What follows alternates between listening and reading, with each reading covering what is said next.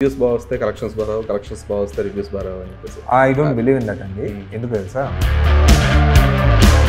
కొన్ని previous films తీసుకుంటే reviews అన్ని 3 3.5 4లో వచ్చిన మూవీస్కి ఇప్పుడు కూడా ఒక డబుల్ డిజిట్ రెవెన్యూ కూడా రాలేదు. I'm talking about the so called 6 వెబ్సైట్స్లో చెప్తుంటే ఓన్లీ వన్ ఫిల్మ్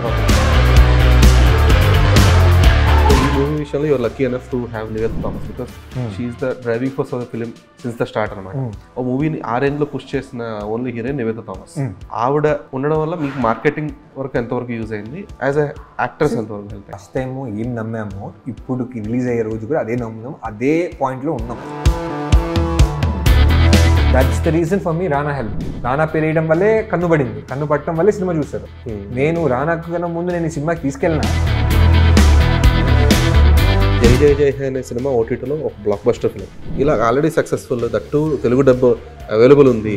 ఇలాంటి సినిమాని రీమేక్ చేసినప్పుడు ఎంత రిస్క్ ఉంటుంది మీకు? ఎందుకు చేస్తున్నారు, కొంత డబ్బులు ఎక్కువ చేస్తున్నారా, కంపారిజన్స్ వస్తాయి. వస్తాయి. See I'm ready to face the trolls. నేను సినిమా హాట్స్టార్కి రాకముందే కొనేసాను. Hi, congratulations for the 35 thank you. So ఎలా ఉంది ఇప్పుడు ఆఫ్టర్ వీక్? ఎందుకంటే ముందు చాలా టెన్షన్ పడినారు. వీక్ అవ్వలేదు, 4 days అయింది. Very happy. I mean first weekend very happy, very overwhelming response. Critics నుంచి కానీ ఆడియన్స్ నుంచి కానీ అసలు నెక్స్ట్ లెవెల్ రెస్పాన్సెస్. ఈ రెస్పాన్సెస్ ఇంతగా అని ఎక్స్పెక్ట్ చేయలేదు. They know they people will like the film, but I don't know people will own the film and వాళ్ళు పుష్ చేస్తారని అనుకోలేదు. వాళ్ళు ఇది మా సినిమా అని తీసుకొని వాళ్ళు పర్సనల్గా ఈ సినిమా ఎట్లయినా ఆడాలి అని వాళ్ళు audience are like they took their film is their film and they are promoting their on. వాళ్ళు ఒక ట్విట్టర్లో ఒక లేడీ వాళ్ళకి తెలిసిన వాళ్ళందరినీ పుష్ చేస్తుంది. సినిమా ఎలా ఉంది, నేను ఎలా ఉంది అంటే నువ్వు వెళ్తావా లేదా అని పుష్ చేసి మరీ పంపిస్తుంది. ఇంకోటి నువ్వు వస్తే నేను వెళ్తా అంటే సరే నేను మళ్ళీ వస్తాను, దా వెళ్దామని. అలా ఒకరిని తీసుకెళ్ళేదాని కోసం ఇంకోరు ప్రయత్నిస్తున్నారు. That is where the success and seeing. Coming to the reviews, ఒక కాన్సెప్షన్ ఉండింది, రివ్యూస్ బాగా వస్తే కలెక్షన్స్ బాగా కలెక్షన్స్ బాగా వస్తే రివ్యూస్ బాగా అని చెప్పేసి. I don't believe in that అండి. ఎందుకు తెలుసా? రివ్యూస్ నేను గమనించిన దాని ప్రకారం ఒకప్పుడు నేను అనుకునేవాడిని, ఎలా అనుకునేవాడిని అంటే కలెక్షన్స్ రాకపోతుంటే రివ్యూలు కూడా వేయరు. Okay, even though movie is good, collections చేయదు అనిపిస్తే ఆ రివ్యూస్ కూడా తగ్గించేస్తారు. ఓకే, వాళ్ళు రివ్యూస్ థింక్ లైక్ నేను వేసే రివ్యూని బట్టి సినిమా బాక్స్ ఆఫీస్ డిసైడ్ అవుద్ది, అంటే దానికి దీనికి మ్యాచ్ అవ్వాలి అన్నట్టు వాళ్ళు ప్రయత్నిస్తూ రివ్యూ రేటింగ్స్ని తగ్గించుకుంటూ వచ్చేసారు. నేను యూఎస్లో ఉండి అలా అనుకునేవాడిని, వీళ్ళు నిజంగా ఒక కంటెంట్ సినిమా తీస్తే రేటింగ్ ఇస్తారా అని అనుకుంటుంది. I'm talking about the so call bigger websites, the so call 6-7 websites ఉన్నాయి కదా, ఇస్తారా? లేదంటే ఈ సినిమాని కూడా కమర్షియల్గా ఆడుతో లేదో అనేసుకొని ముందే ప్రీడిటర్మైన్ చేసేసుకొని అరే ఈ సినిమా ఓటీలో ఆడేస్తుంది, థియేటర్లో ఆడదు, మనం రేటింగ్ ఎక్కువ ఇచ్చేసామంటే కలెక్ట్ చేయకపోతే మనం అనేస్తారు అని అనేసుకొని రివ్యూ లేరా అనేది నేను అనుకున్నా. I use to think. కానీ ఈ సినిమాకి అలా ఏం లేదు. కంటెంట్ నుంచి కమర్షియాలిటీకి సంబంధం లేకుండా అందరు యునానిమస్గా నెక్స్ట్ లెవెల్ ఇస్తారు. So they proved me wrong saying that కంటెంట్ని చూసే రివ్యూలు ఇస్తున్నారు, కమర్షియాలిటీ లేకుండా కూడా పట్టించుకోవట్లేదు అనేది. This is what reviews perspective వరకు ఓకే, ఎందుకంటే ఒక సినిమా బాగుంది అనుకుంటే కనుక ఇర్రెస్పెక్ట్ ఆఫ్ ద క్యాస్ట్ క్రూ ఆ రివ్యూస్ అనేవి ఎప్పుడు కూడా పాజిటివ్ రివ్యూస్ అనేవి చాలా కామన్గా వస్తూ ఉంటాయి. అయితే నేను అడిగింది ఏంటంటే లైక్ ఈ కాన్సెప్షన్ అనేది ఏంటంటే ఈ బెటర్ రివ్యూస్ ఇంకా అంటే లాస్ట్లో అంటే I don't want to name that films, అంటే కొన్ని ప్రీవియస్ ఫిల్మ్స్ తీసుకుంటే రివ్యూస్ అన్ని 3 3.5 4లో వచ్చిన మూవీస్కి తిప్పి కొడితే ఒక డబుల్ డిజిట్ రెవెన్యూ కూడా రాలేదు. ఎప్పుడు నేను గమనించిన దాని ప్రకారం 3.5 4 రేటింగ్ ఫిలిము నాకు లాస్ట్ 15 yearsలో, okay, I'm talking about the so call 6 వెబ్సైట్స్లో చెప్తుంటే only one film got it, which is Mahanati. Is 4 rating. 3.5 rating ఫిదాక్ వచ్చింది. I don't see any. ఇంకా లాస్ట్ 6 years తీసుకున్నాం, this no 3.25 rating film in that website. ఆ వెబ్సైట్స్లో 3.25 rating అనే సినిమా రాలేదు. ఓకే, లాస్ట్ 6 yearsలో 7 films only had a 3 rating film. Okay, ఈ ఇయర్లో తీసుకుంటే ఒక website had only 3 rating films. One is Hanuman, కల్కి, 35. ఇయర్ మొత్తానికి 3 రేటింగ్ ఫిల్మ్స్ వచ్చాయి. ఇంకో వెబ్సైట్ తీసుకుంటే మహారాజా, మంజుమల్ బాయ్స్ అండ్ కల్కి అండ్ హనుమాన్ 4, నెక్స్ట్ 35కి 3 రేటింగ్ ఫిల్మ్ ఇచ్చారు. సో 3 మించింది ఫిలిం నాకు కనిపించట్లేదు. ఓకే, సో 3.5 ఇచ్చింది మీరే చెప్పాలి నాకు ఏమి ఇచ్చారా అని. అంటే నేను అడిగింది ఏంటంటే ఆ కలెక్షన్స్ అనేవి ఎంతవరకు ఎఫెక్ట్ అవుతాయి అనుకుంటున్నారు? సంబంధం లేదండి, రివ్యూస్కి కలెక్షన్స్కి అసలు సంబంధం ఉండకూడదు అసలు. Reviews are based on the content, collections are the audience opinion whether they want watch it in theatre. It's just medium for me. ఇప్పుడు ఆస్కార్ విన్ అయిన సినిమాలన్నిటికీ మంచి రివ్యూలు వచ్చాయా లేవా, కలెక్షన్స్ వచ్చాయా లేవా నాకు తెలీదు నిజంగా. If it wins an Oscar దానికి అవతార్ అంత కలెక్ట్ చేయాలి కదా. ఆస్కార్ విన్ అయిందంటే అన్ని అవతారాలు అవ్వవు కదా. It is again totally different ball game. Reviews should be their personal opinion on the content of the film. It shouldn't deviate whether the film is collecting good money or not. Okay. It should only based on what their opinion about on the film is about. But me perspective నుంచి as a producer perspective నుంచి మీకు reviews ఇంపార్టెంటా లేదంటే? Reviews వల్ల నాకు జనాలు దాన్ని చూసి థియేటర్కి రప్పించేది is for smaller film like 35. Reviews are very important because జనాల్ని థియేటర్కి రప్పించేదానికి ఒక మీడియం అది నాకు. ఓకే, అదే బిగ్గర్ హీరోస్కి hero is a thing which will drive the people to the theatres. For me, for a smaller film like this, since I don't have any name, why would a person go and watch a film? అది వాళ్ళు ఆలోచిస్తారు, అది ఎందుకు చూడాలరా, next ఏం చూస్తారు, అరే ఇది బాగుందో లేదో తెలియాలంటే ఎట్లా? వర్డ్ ఆఫ్ మౌత్ స్ప్రెడ్ అవ్వాలి. వర్డ్ ఆఫ్ మౌత్ స్ప్రెడ్ అవ్వాలంటే అట్లీస్ట్ ఒక సెట్ ఆఫ్ ఆడియన్స్ అయినా థియేటర్ రావాలా. Why would that set of audience come to theatres? Teasers trailers రావాలి. ఆ సెట్ ఆఫ్ ఆడియన్స్ కొంచెమే స్ప్రెడ్ అవుతుంది వర్డ్. ఒక 1000 మంది చూస్తే ఆ 1000 మంది ఇంకో 1000 మంది చెప్తారు. మనకి ఇక్కడ ఉన్న కోట్ల మంది. ఓకే, వాళ్ళకి వర్డ్ స్ప్రెడ్ అవ్వాలంటే it take time. So reviews will help the audience to spread the word faster. Okay, మంచి రివ్యూ వచ్చిందంటే అరే మంచి రివ్యూ వచ్చిందిరా వెళ్ళి చూద్దాం అనే దానికి స్ప్రెడ్ చేసేదానికి చిన్న సినిమాలకి రివ్యూస్ బాగా ఉపయోగపడతాయి. ఓకే, అలాగే ఒక మూవీని హెడ్లైన్ చేసేవాళ్ళు కొంతమంది ఉంటారు. సో ఈ మూవీ విషయంలో your lucky enough to have Nivetha Thomas because she is the driving force of the film since the start అనమాట. నాకు గుర్తుండి in the last few years నిత్యమైన తర్వాత ఒక మూవీని కంప్లీట్గా ఓన్ చేసుకొని తన సోషల్ మీడియా హ్యాండిల్స్ అవ్వచ్చు, తన పర్సనల్ సర్కిల్ అవ్వచ్చు, ఒక మూవీని ఆ రేంజ్లో పుష్ చేసిన only heroine Nivetha Thomas. So ఆవిడ ఈ ప్రాజెక్ట్లో అంతలా ఇన్వాల్వ్ అవ్వడానికి ఆబ్వియస్లీ ఒక స్టోరీ నచ్చి లేదంటే టీమ్ నచ్చి, అంటే తను చెప్పారు కూడా నిఖేత్ భూమి ఉన్నాడా, వివేక్ సాగర్ ఉన్నాడా అని చెప్పేసి అన్నీ తను కావాలి, ఈ టీం కావాలి అని అడిగారు అని చెప్పేసి అని అన్నారు. సో ఆవిడ ఉండడం వల్ల మీకు మార్కెటింగ్ వరకు ఎంతవరకు యూజ్ అయింది, యాజ్ అ యాక్ట్రెస్ ఎంతవరకు హెల్ప్ అయింది? As a whole team we work like yes a family. మేము ఫస్ట్ టైము ఏం నమ్మామో ఇప్పుడుకి రిలీజ్ అయ్యే రోజు కూడా అదే నమ్ముదాం, అదే పాయింట్లో ఉన్నాం. We are all gelled as a team. Okay, ప్రతి ఒడు సినిమాని నమ్మారు. ఈవెన్ నివేతా నుంచి నేను, Niketh, Vivek Sagar, everyone were like ఇంకంటే ఫ్యామిలీ లాగా ఉండి ఈ సినిమాని we have to take it to the audience అనే దాంట్లో ఉన్నాం. సో ఎవరు ఎలా చేయగలుగుతారు, ఎంత ప్రయత్నం చేయగలుగుతారు. ఇప్పుడు కూడా we are ready to do anything for the film. Even Nivetha is ready to do anything for the film.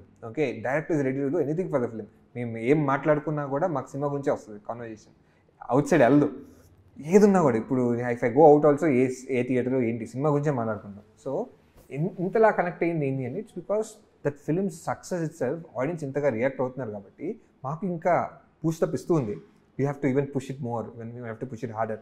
For me also as a ప్రొడ్యూసర్గా ఇటువంటి సినిమా తీసిన తర్వాత నేను నెక్స్ట్ చేయబోయే సినిమాలు కూడా నాకు బాధ్యత చాలా ఇంకా ఎక్కువ ఉంటుంది. దీనికన్నా మించిన సినిమా నేను చేయగలుగుతానా, నా మీద I will put my pressure on my self it self, నేను ఇంకా మంచి సినిమా తీసుకురావాలి అనేది. సో యాజ్ అ ప్రొడ్యూసర్ మీరు ఏదైనా స్టోరీ సెలెక్ట్ చేసుకునేటప్పుడు కానీ లేదంటే వినేటప్పుడు కానీ సో మీకు ఎలాంటి కొలమానాలు ఉంటాయి? నాకు కొలమానాలు ఏం లేదండి. So I would rather don't want do anything which I already seen. నేను అన్ని సినిమాలు చూస్తుంటా, నాకు చూసిందే మళ్ళీ చూడాలని అనిపించదు. ఆడియన్స్ కూడా రొటీన్ అంటారు దాన్ని మన కాన్సెప్ట్లో, రొటీను క్లీషే అవి చేసినవే ఇవన్నీ. నేను విన్న కథలన్నీ ఏమవుతుందంటే ఒక టెంప్లెట్లోనే ఉంటే పాయింట్ మారుస్తున్నారు. అంటే ఇప్పుడు థ్రిల్లర్ వింటుంటే సార్ ఈ థ్రిల్లర్ ఒక హాస్పిటల్ బ్యాక్డ్రాప్లో ఉంటుంది. హాస్పిటల్లో జరిగే మిస్టరీ మీద జరుగుతుంటుంది, లేకపోతే ఆ పాయింట్ ఒకటి మారుతుంది. కానీ ఫస్ట్ నుంచి లాస్ట్కి వెళ్ళే work the template is the same, అంతా ఒకే రకంగా వెళ్తుంది. ఐఎమ్ లుకింగ్ సంథింగ్ ఈ ఫస్ట్ నుంచి ఎండ్ వరకు ఎంత ఎంగేజింగ్గా చెప్పగలుగుతారో చూస్తున్నాను నేను. I'm not looking at that the story can be simple but can be told in a different way. It can be told in a very different అంటే very కాంప్లికేటెడ్గా ఉందో అంటే engaging వే.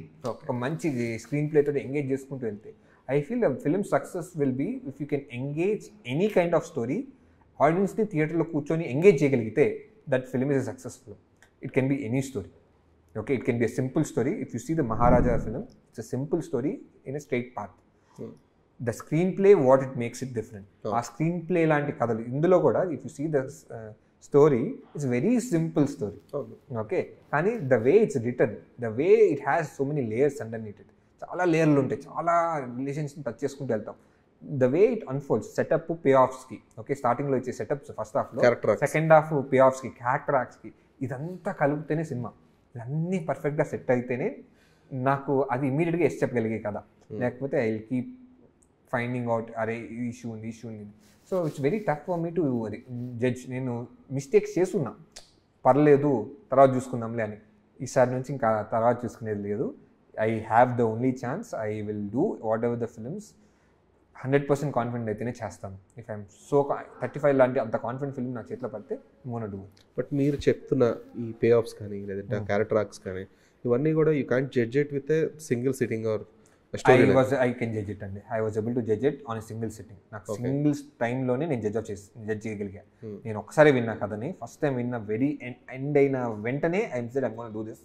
నాకు అక్కడే కనెక్ట్ అయిపోయింది. ఎందుకంటే ఆయన చెప్పేటప్పుడే నేను విజువల్గా ఇమాజిన్ చేసుకుంటే నేను అక్కడే సర్ప్రైజ్ అయిపోయా. I was surprised with the hero to zero scene.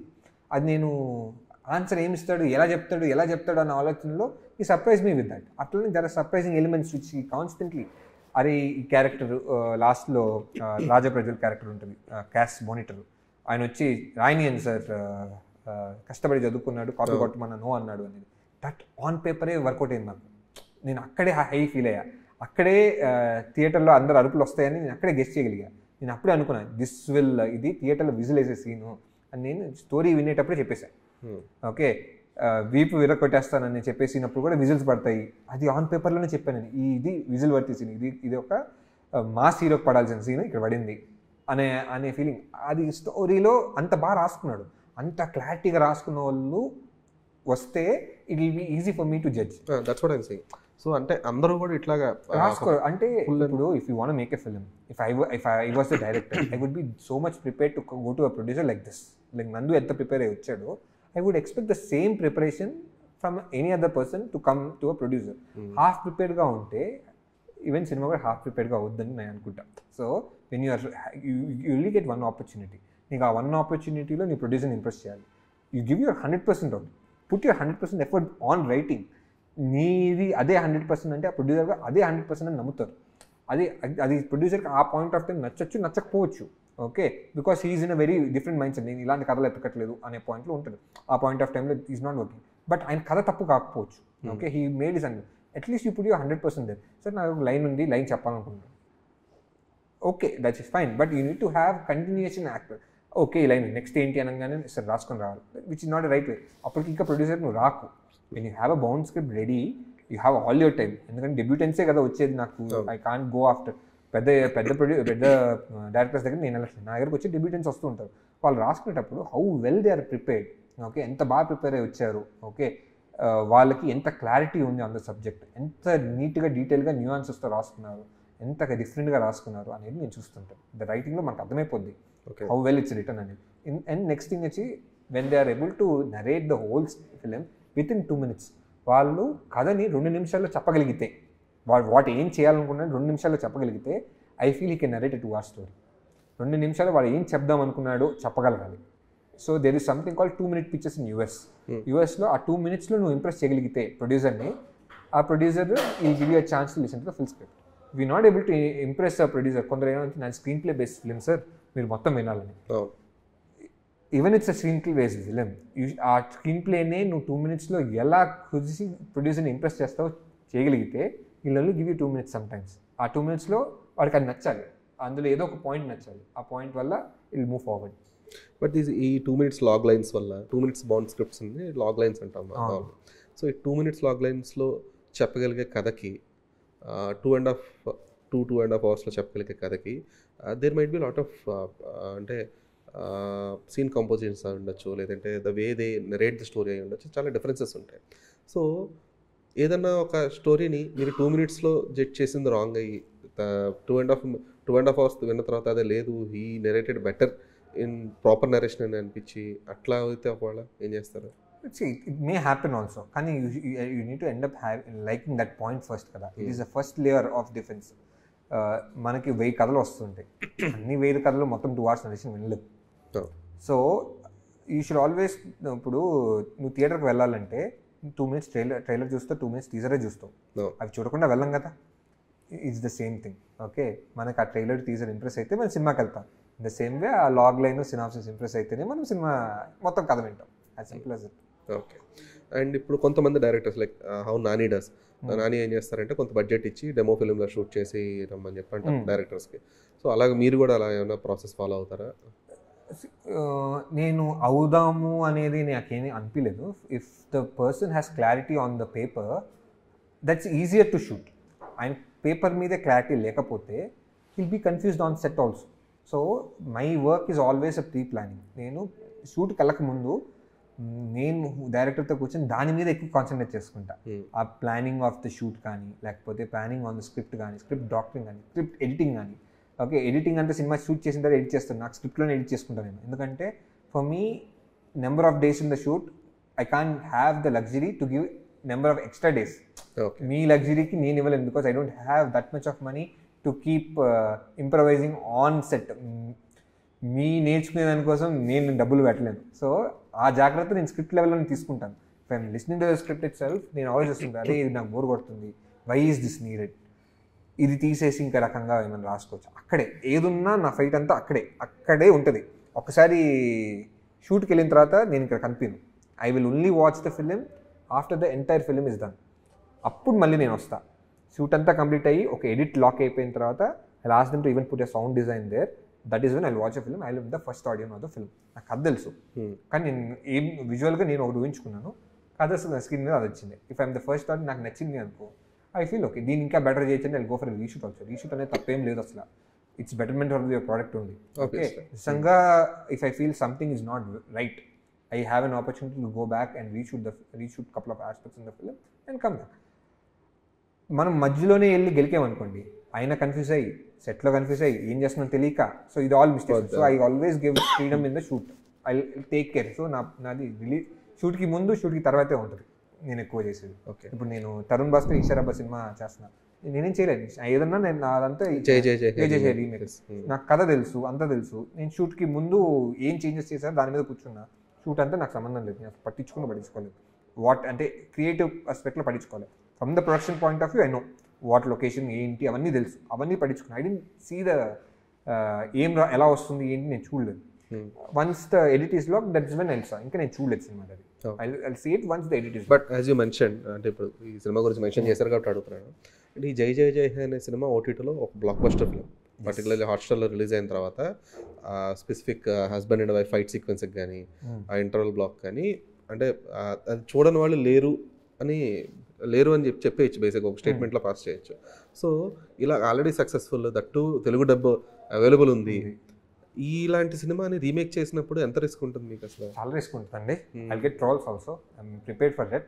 ఎందుకు చేస్తున్నారు, కొంత డబ్బులు ఎక్కువ చేస్తున్నారా, కంపారిజన్స్ వస్తాయి. See I'm ready to face the trolls. నేను సినిమా హాట్స్టార్కి రాకముందే కొనేసాను.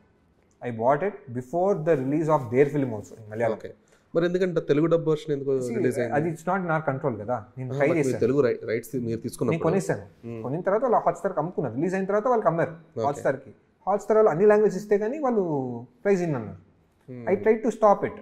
ఐఎమ్ నాట్ సురేష్ ప్రొడక్షన్స్, వాళ్ళు పెద్ద ప్రొడక్షన్ హౌస్ అయితే వాళ్ళకి మాట్లాడితే ఒక వింటారు, నేను మాట్లాడితే ఎవరు వింటారు?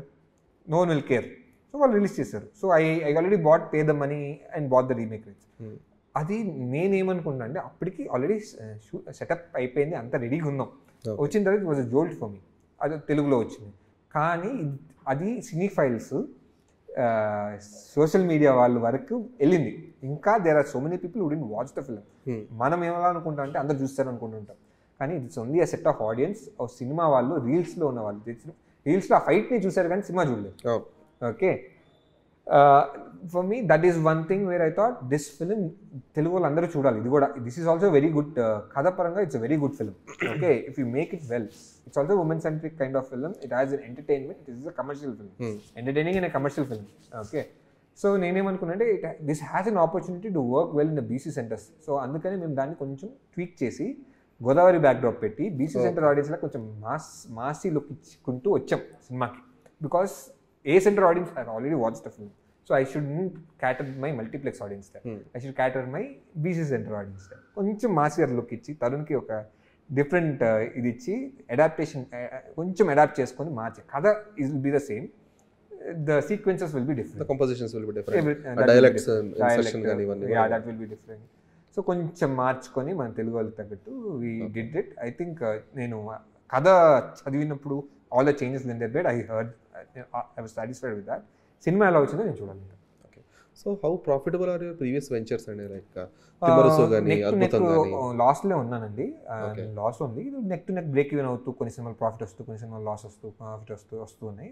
I hope 35 will recover my loss. ఎందుకంటే బికాస్ తిమ్మరుసు కూడా కొంచెం ఇంచుమించుగా ఇలాంటి ఎఫెక్ట్ ఉంది. బికాస్ అప్పటికే కన్నడ వర్షన్ చాలా మంది చూస్తున్నారు. Thimmarusu is a profitable venture. Okay, so అది మీకు వర్కౌట్ అయింది. తిమ్మరుసు బాగా వర్కౌట్ అయింది, కానీ there are some other reasons, but but film wise అది కూడా it worked out well. We made it in a good budget. అది నెట్ఫ్లిక్స్ నుంచి వచ్చేసింది. We sold satellite for a good price, Hindi dubbing for a good price. థియేటర్లో కూడా at least ఒక 1.7-1.8 crore share వచ్చింది, which ఆ point for the budget of Thimmarusu what we did, we made 200% profit అని చెప్పాలి. Super. So as you mention theatrical non theatrical rights. So ఇప్పుడు ఈ OTT releases అనేవి అంటే once there was a time OTT అంటే satellite business was doing crazy అనమాట. అంటే ఒక ప్యాడింగ్ ఆర్టిస్ట్ అంటే శ్రీహరి గారు ఉన్నారు, బ్రహ్మానందం గారు ఉన్నారు అంటే చాలు, ఓకే ద ఫిల్మ్ ఎంత చిన్న సినిమా అయినా సరే మినిమం ఒక 2 crores వచ్చేస్తుంది అనే రేంజ్లో వెళ్ళింది. సో ఆఫ్టర్ ఫ్యూ ఇయర్స్ అది కొలాప్స్ అయిపోయింది. ఇప్పుడు ఓటీటీ కూడా అలాగే స్టార్ట్ అయింది. లైక్ అంటే మీరు ఓవరాల్ ప్రొడక్షన్ బడ్జెట్ ఏదైతే మీరు ఒక 8 crores 10 crores అనుకుంటున్నారో, Netflix or Amazon Prime they are ready to pay that amounts before the release. అంటే సినిమా ప్రొడక్ట్ చూడకుండా కూడా they are ready to pay based on the casting. అయితే ఈ పోస్ట్ కోవిడ్ అయి ఉండొచ్చు, లేదంటే ఈ ప్రజెంట్ ఈ లాస్ట్ ఫ్యూ మంత్స్లో అయి ఉండొచ్చు, అప్పటిదాకా the OTTs are dependent on సినిమా, దే స్టార్టెడ్ కమాండింగ్. అంటే మీరు కంపల్సరీ నాకు 4 week విండోనే ఇస్తాం, లేదంటే 6 week విండోనే ఇస్తాం అని చెప్పేసి వాళ్ళు కమాండ్ చేయడం స్టార్ట్ చేశారు. సో దీనివల్ల సినిమా ఎఫెక్ట్ అవుతుంది, థియేటర్కల్కి ఆడియన్స్ రావడం అనేది ఎఫెక్ట్ అవుతుంది అని చెప్పేసి దిల్ రాజు గారు కానీ, మైత్రి మూవీ మేకర్స్ కానీ, డివి దానయ్య గారు కానీ వీళ్ళందరూ కూడా చెప్పారు. సో అంటే ఇప్పుడు దిల్ రాజు, డివి దానయ్య వీళ్ళకి ఏంటంటే అంటే వాళ్ళు ఒక రేంజ్లో హోల్డ్ చేయగలరు ఇఫ్ నీడెడ్.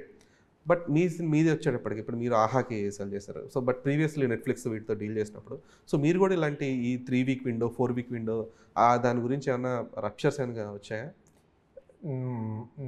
నా way of thinking is totally different అండి. Okay, OTT thinking is totally different, వాళ్ళ way of thinking is totally different. So COVID టైంలో ఓటీటీ వాళ్ళు ఎక్కువ ఇచ్చడం స్టార్ట్ చేసేసరికి బడ్జెట్స్ కూడా ఎక్కువ పెట్టడం స్టార్ట్ చేశారు, ఎందుకంటే అక్కడ నుంచి ఎక్కువ రెవెన్యూ వస్తుంది. కానీ ఓటీటీ వాళ్ళు ఆర్ ఆల్వేస్ ఫ్లక్చువేటింగ్ అండి, they may change any time. Okay, కానీ మనం ఒకసారి బడ్జెట్ పెంచిందా అది ఎప్పుడు కిందకి రాదు, అది ఫ్లక్చువేట్ అవ్వదు, అది ఇంక్రీజ్ అవుతూనే వెళ్తుంది కానీ అది నెవర్ ఫాల్, కిందకి రాదు. ఓటీటీ వాళ్ళు కిందకు వస్తూ ఉంటారు.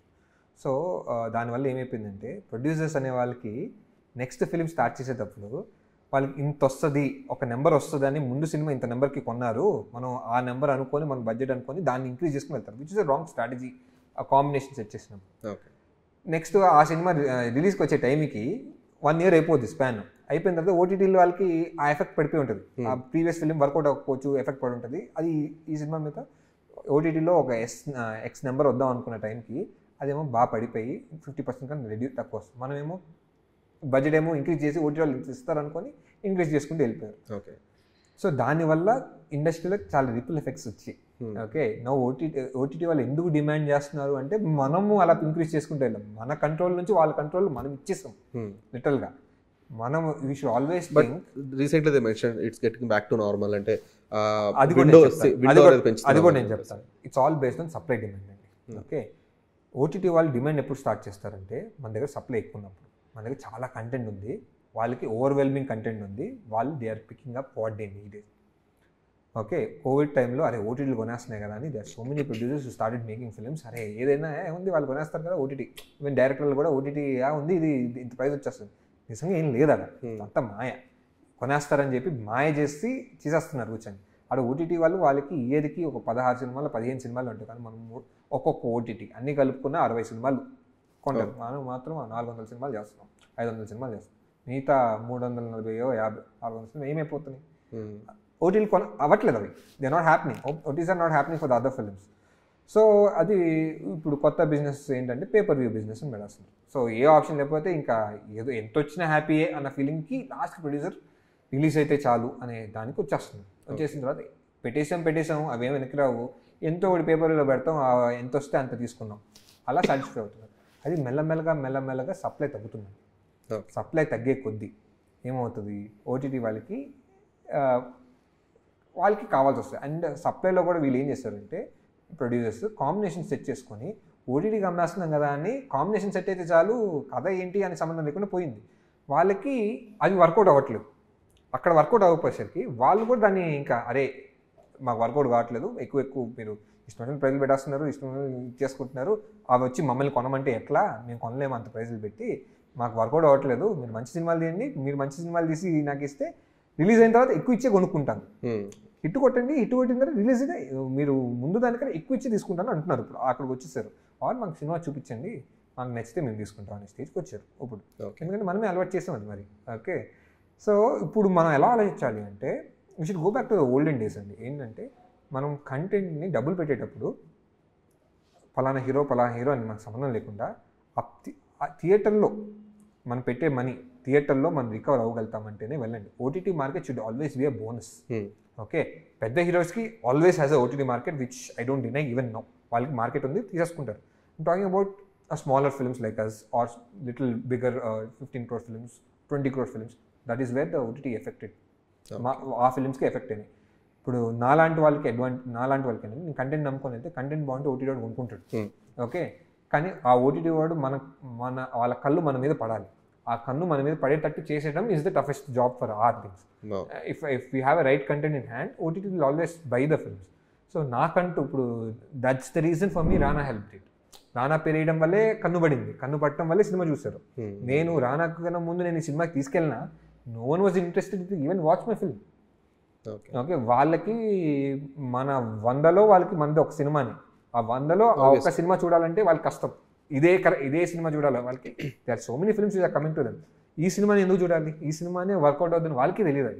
అది ఐ నీడెడ్ వాళ్ళకి ఒక నేమ్ కావాలి, అది నాకు రానా ఇచ్చారు. సో దానికి ఆ నేమ్ అన్నట్టు నేను ఒకటి క్రియేట్ చేసుకుంటే in future when I make a film in OTT, అరే ఇది 35 ప్రొడ్యూసర్ ఫిల్మ్, నాకంటూ ఒక ఐడెంటిటీ వస్తే, బ్రాండ్ ఇమేజ్ వస్తే, for me it will be easier for the bonus element. But when I'm picking the film, ఎప్పుడన్నా చూడాల్సి వచ్చిందంటే థియేటర్లో వర్కౌట్ అయితే ఓటీటీలో గ్యారంటీ కొంటారు.